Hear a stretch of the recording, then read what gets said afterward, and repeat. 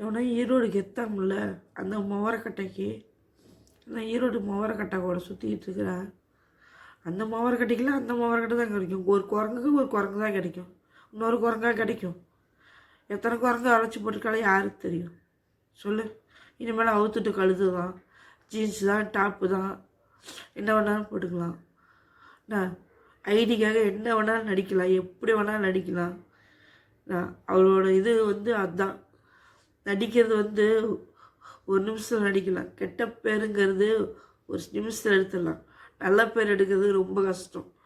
சரிங்களா? நான் அப்படிதான் நான் ஒருத்தனை வச்சுருந்தாலுமே ஏன்னா இப்படி நான் இந்த மாதிரிலாம் புருஷன் செத்து இருந்தாலுமே சாவலினாலும் இப்படிலாம் நான் இந்த மாதிரி ஆளு கிடையாது. ஏன்னா என் பையனுக்கோசரம் என்ன வேணாலும் நான் கழுத்தறுத்து சாவ சொன்னால் கூட நான் செத்துருவேன். இந்த நொடி வரைக்கும் அப்படி தான் இருக்கேன். என் பையன் எனக்கு உயிர். என் பையன் உயிர் போச்சு, திரும்ப கொடுப்பாங்களா சொல்லுங்கள்?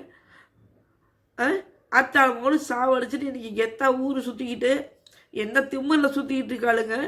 அவங்களுக்குலாம் லைக் போடுறீங்க, லைவ் பண்ணுறீங்க, எல்லாம் பண்ணுறீங்க.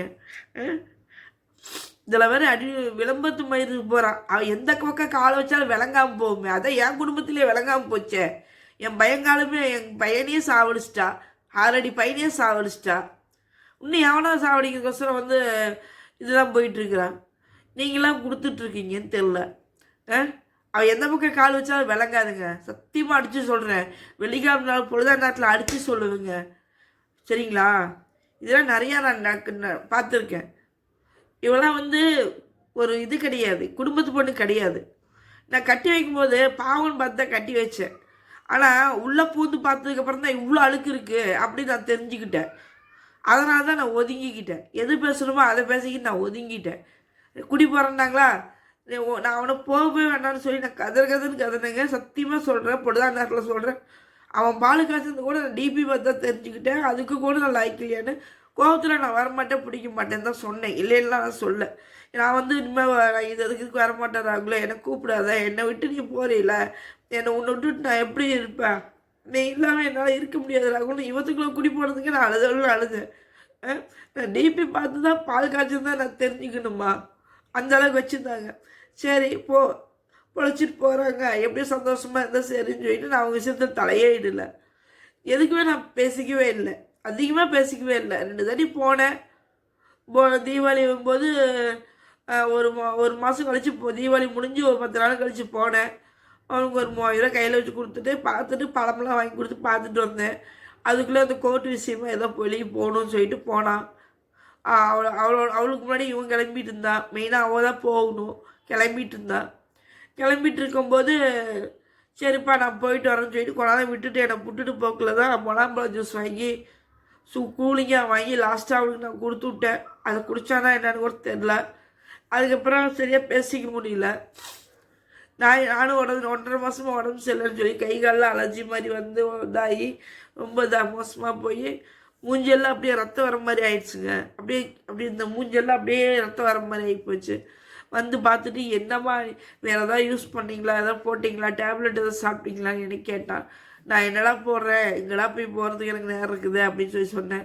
நான் எதுக்குடா இதெல்லாம் யூஸ் பண்ணுறேன் அப்படின்னு சொல்லி சொன்னதுக்கு சரிம்மா அப்படின்னு சொல்லிட்டு பழம்லாம் வாங்கிட்டு வந்துட்டு எனக்கு ஒரு 500 வச்சு கொடுத்துட்டு போனான். டான்ஸ் கிளாஸ் போனேன். ஃபஸ்ட்டு அட்வான்ஸ் கொடுத்தாங்க, என்னால் முடிஞ்சது இருந்தாங்க அப்படின்னு சொல்லி கொடுத்தான்.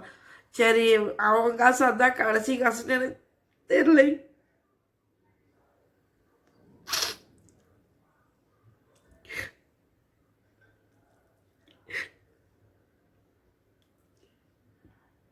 அப்புறம் ஒரு தடவை நான் நார்மலாக பார்க்கறதுக்கு வந்தான். இவன் சொன்னான்னு தான் நான் கேட்டேன். குடிப்பழக்கம் இருக்குது, குடிக்கிறான்னு சொல்லிட்டு இருந்தான்னு சொல்லிட்டு இவங்கிட்ட எங்கே நான் பேசணுன்னு பயந்துக்கிட்டு இவன் போட்ட பழியாது. இப்போ தான் எனக்கு எல்லாமே விளங்குது. மரம் வண்டிக்கு நேரம் கழிச்சு தானே விளங்கும், செத்ததுக்கு அப்புறம் தானே எல்லாமே விளங்கும். அது மாதிரி தான்.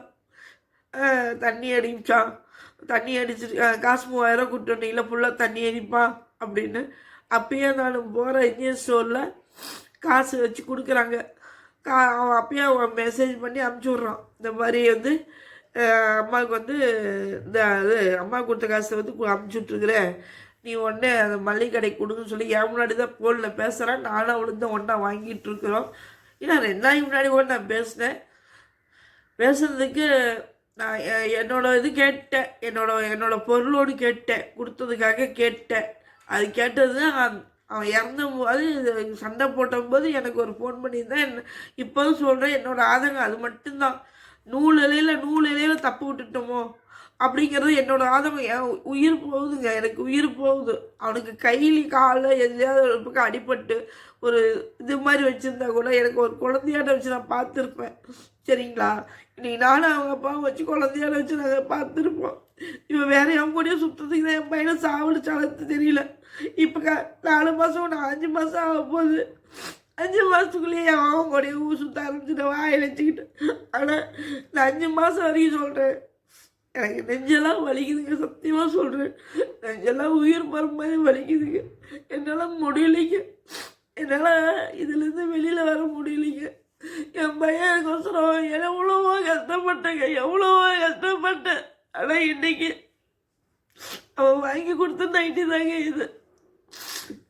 இன்னைக்கு அவனை விட்டு பிரிஞ்சிருக்கிற நிலைமை எனக்கு வரக்கூடாது. ஆண்டவனை வேண்டி